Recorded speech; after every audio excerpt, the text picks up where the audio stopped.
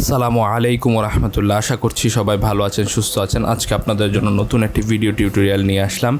আজকের টিউটোরিয়ালটি হচ্ছে এক্সেলের কাউন্ট ইফ ফাংশনের উপর। এই ফাংশনটি খুব গুরুত্বপূর্ণ একটি ফাংশন। এই ফাংশনটি কীভাবে কাজ করে সে সম্পর্কে আমরা বিস্তারিত জানব। কাউন্ট ইফ শব্দটি থেকেই কিন্তু এর কার্যবিধি বা ব্যবহারবিধি সম্পর্কে জানা যায়। কাউন্ট ইফ ফাংশনের নামটি দুটো শব্দ থেকে এসেছে, একটা হচ্ছে কাউন্ট আর একটা হচ্ছে ইফ।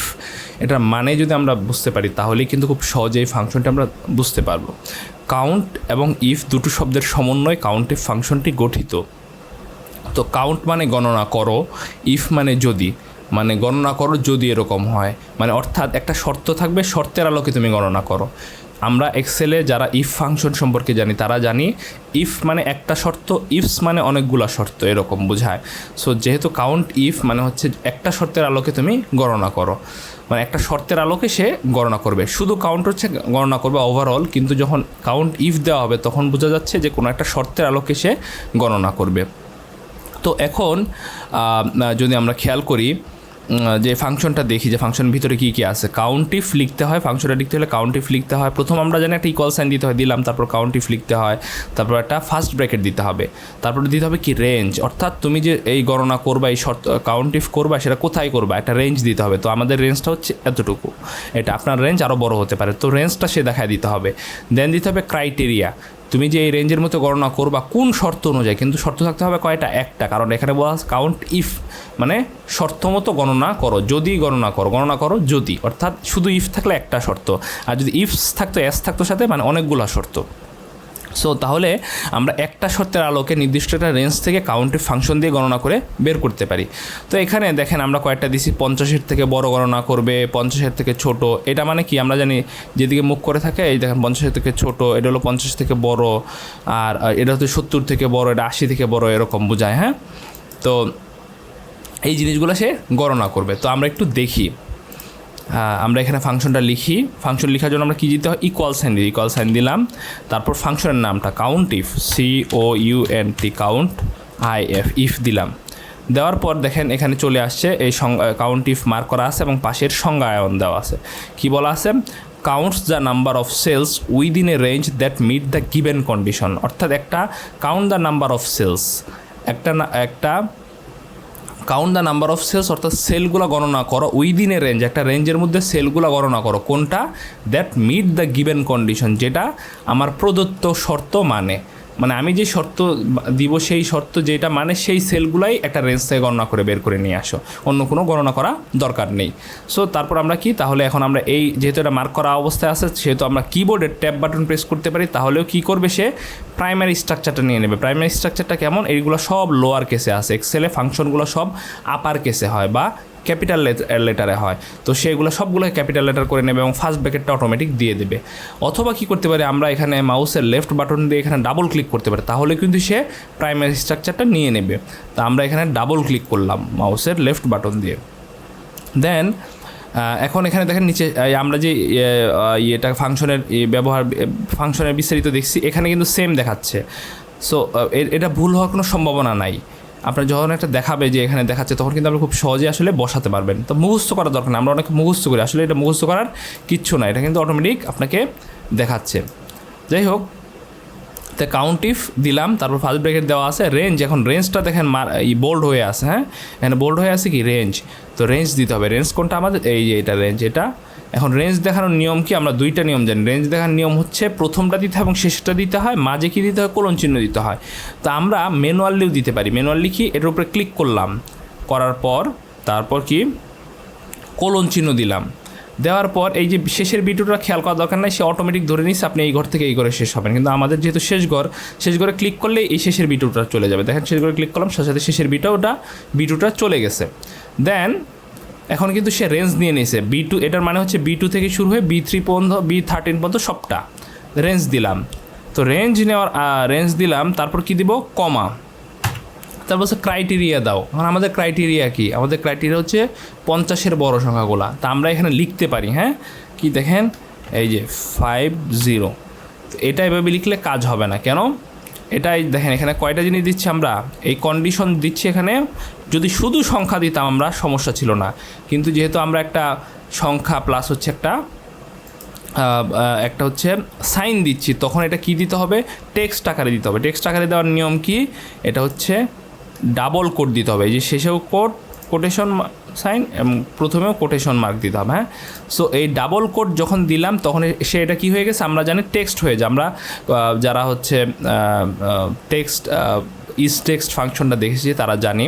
তো ডাবল কোট দেওয়ার মানে হচ্ছে টেক্সট হয়ে গেছে। নর্মালি যদি শুধু সংখ্যা থাকতো তাহলে কোটেশন সাইন দেওয়া দরকার নাই। যখন মিক্স থাকবে, অর্থাৎ টেক্সট নিউমেরিক কিংবা নিউমেরিক সাইন এরকম মিক্স থাকবে, তখন অবশ্যই আপনার কি দিতে হবে, এরকম ডাবল কোট দিতে হবে। তো দেওয়ার পর এখন আমাদের কন্ডিশন শেষ, তা আমরা কী করতে পারি, ব্র্যাকেট ক্লোজ করে দিতে পারি। কারণ কি দেখেন এখানে বলছিল এই যে শেষে ক্রাইটেরিয়া দেওয়ার পর ব্র্যাকেট ক্লোজ করলাম, ইন্টার চাপলাম, দেখেন সে আমাকে রেজাল্ট দিল কি 8, অর্থাৎ 8টা ঘর আছে, যেটা কিনা কিসের উপরে, 50-এর উপরে। এরকম 8টা সংখ্যা আছে এখানে 50-এর উপরে এই রেঞ্জের মধ্যে। পরেরটাই যে আমরা পরেরটা ইকুয়াল সাইন দিলাম, আবার কাউন্ট ইফ দেখেন কাউন্ট ইফ বানান কিন্তু ভুল হয়েছে, এই জন্য সে সাজেশন দেখাচ্ছে না। আপনি যখনই সাজেশন দেখাবে না বুঝবেন আপনার কি কোথাও ভুল হচ্ছে। তো কাউন্ট ইফ লিখলাম, তো এখানে এখন কি ডাবল ক্লিক না করে এখন কিবোর্ডের ট্যাব বাটন প্রেস করলাম, তারপর বলছে রেঞ্জ দাও। তো রেঞ্জ এখন আর আমরা ম্যানুয়ালি দিব না, আমরা কি ড্র্যাগ করে দিব। কিভাবে, এই দেখেন আমার এখানে মাউসটা নিব, তারপর মাউসের লেফট বাটন প্রেস করে ধরে দেখেন নিচের দিকে নিতে থাকবো। আমি কিন্তু ছাড়ি নাই লেফট বাটন, নিচের দিকে নিয়ে যেই পর্যন্ত আমরা নিতে চাই ওই পর্যন্ত নিয়ে ছেড়ে দিব। দেখেন অটোমেটিক কিন্তু সে নিয়ে নিছে, আমাদের আলাদা করে কলন দেওয়া দরকার পড়ে নাই, প্রথমটা শেষটা দেখানো দরকার পড়ে নাই। সো দেন কী বলছে, কমা দাও, দিলাম কমা। এই যে কোথায় বলতেছে, এই যে নিচে দেখাচ্ছে কমা দাও, কমা দিলাম। তারপর বলছে ক্রাইটেরিয়া দাও। এখন ক্রাইটেরিয়া কি, 50-এর ছোটো। তো আমরা এখানে কী করছিলাম, ম্যানুয়ালি লিখছিলাম না এই ঘরে, এখন ম্যানুয়ালি আর লিখবো না, জাস্ট এই ঘরটা দেখায় দিব। তো এই ঘরটা এখানে জাস্ট ক্লিক করলে সেই ঘরটা নিয়ে নিছে F6। হ্যাঁ, ঘর যখন দেখাবো তখন আর ডাবল কোড দেওয়া দরকার নেই। সো দেখায় দেবো, দিয়ে আমরা ব্র্যাকেট ক্লোজ করে দেবো, এন্টার চাপবো। দেখেন সে আমাকে বলতেছে কি 4টা, অর্থাৎ 4টা সংখ্যা আছে, যেটা কিনা কিসের, 50-এর ছোট। 50-এর ছোট আছে কয়টা, 4টা আছে। হ্যাঁ, সো দেখি আমরা আসলে ঠিক আছে কি না। এখানে কয়টা, 36, 1টা 2টা 3টা 4টা, হ্যাঁ ঠিক আছে। দেন আরেকটা কি আছে, 70-এর থেকে বড়। হ্যাঁ, 70-এর থেকে বড়। তো আবার আমরা কি লিখব, ইকুয়াল কাউন্ট ইফ, ক্লিক করলাম। দেখেন রেঞ্জ কোনটা, এটা থেকে এটা শেষ পর্যন্ত আমি দেখাই দিলাম। তারপর এই যে এখানে বসে কমা দাও, কমা দিলাম। ক্রাইটেরিয়া কি, 70-এর থেকে বড়, তাহলে এই ঘরটা দেখাই দিলে হবে, তাই না। এই ঘরের উপরে ক্লিক করলাম, অটোমেটিক ঘরের নামটা নিয়ে নিচ্ছে। তারপর হচ্ছে ব্র্যাকেট ক্লোজ করলাম, এন্টার চাপলাম। সে দেখাচ্ছে 2টা, অর্থাৎ 70-এর থেকে বড় সংখ্যা আছে কয়টা, এখানে 2টা, কিন্তু 70-এর থেকে বড় আছে। তো আমরা এখন এই 2টা করলাম কি, আমরা এই ঘর দেখাই দিচ্ছি। সুবিধাটা কি দেখি আমরা। হ্যাঁ, সুবিধাটা হচ্ছে, ধরেন আপনি এখন এখানে 70-এর জায়গায় চাচ্ছেন এই 80টা আমরা এখানে দিব না, আমরা চাচ্ছি এই 70-এর জায়গায় কী দিয়ে দেবো, 80 দেবো। তাহলে দেখি এটা পরিবর্তন হয় কি না। দেখেন 7-এর জায়গায় 8 দিলাম, দেখেন সে কিন্তু বলছে 0, অর্থাৎ 80-র থেকে বড় সংখ্যা একটাও নাই। দেখি তো, হ্যাঁ এখানে কোনো 80-র থেকে বড় একটা সংখ্যা নাই। কিন্তু এটা কি দিয়েছিলাম, ম্যানুয়ালি দিয়েছিলাম না। এখানে কি, এই যে এখানে তো এখানে লিখে দিছিলাম, এই ঘর আমরা দেখায় দেয় নাই। তো এটার আসলে অসুবিধার কোথায়, দেখেন এখন যদি আমি 40-এতে 40 করে ফেলি, এখানে কোনো পরিবর্তন আসছে, 8-8ই রয়েছে। অর্থাৎ ডাইনামিক্যালি করলে যদি আপনি সেল দেখায় দেন, তাহলে সেলে যত দিবেন অটোমেটিক সে ওই অনুযায়ী কাউন্ট করবে। দেখেন এখানে যে আমি 20-এর উপরে দিই, দেখেন 20-এর উপরে কয়টা আছে, 12টা, মানে সবগুলা ইয়ের উপরেই আছে, 20-এর উপরেই আছে। যদি আমি দেই, এই যে এটা দেই, এটাও যেহেতু ডাইনামিক্যালি করছে, আমি যদি বলি 20-এর নিচে কী দেখাবে, 0, কারণ 20-এর নিচে এখানে কোনো সংখ্যা নাই। যদি এখন দেখাই 30-এর নিচে দেখাও, 30-এর নিচে দেখেন, 30-এর নিচে সে আমাকে দেখাইলো কত, 3, অর্থাৎ 30-এর নিচে 3টা আছে, 1টা 2টা, তারপর কয়টা, 30-এর নিচে কয়টা, 3টা। এই যে 36, তারপর 26, তারপর হচ্ছে কত, 23। এই 3টা সংখ্যা আমাকে সে রিটার্ন করে দেখালো। 21 কেন আসলো না, একটু আপনারা জাস্ট করে দেখবেন, 21ও আসার কথা, সবগুলো এখানে আসবে। এখানে কেন যে 21 আসলো না, এখানে একটা কাউন্ট করছে বিদায় এরকম কি না, যাই হোক এটাও আসার কথা। ও সরি, 36 তো 36 তো কিসের নিচে, 36 তো হচ্ছে 30-এর নিচে না, sorry this is my mistake. দেখেন তাহলে 30-এর নিচে সংখ্যা কয়টা, 3টা, 21, 23, 26, সে আমাকে কিন্তু রেজাল্ট দিল। এভাবে কিন্তু আপনার বিগ ডেটা সেট থেকে যদি আপনি নির্দিষ্ট কোন সংখ্যা, মানে আপনি নির্দিষ্ট শর্ত অনুযায়ী কাউন্ট ইফ করতে পারেন, কাউন্ট ইফ করতে চান বা কাউন্ট করতে চান, তখন কিন্তু এই কাউন্ট ইফ ফাংশন দিয়ে আপনি এটা করতে পারেন।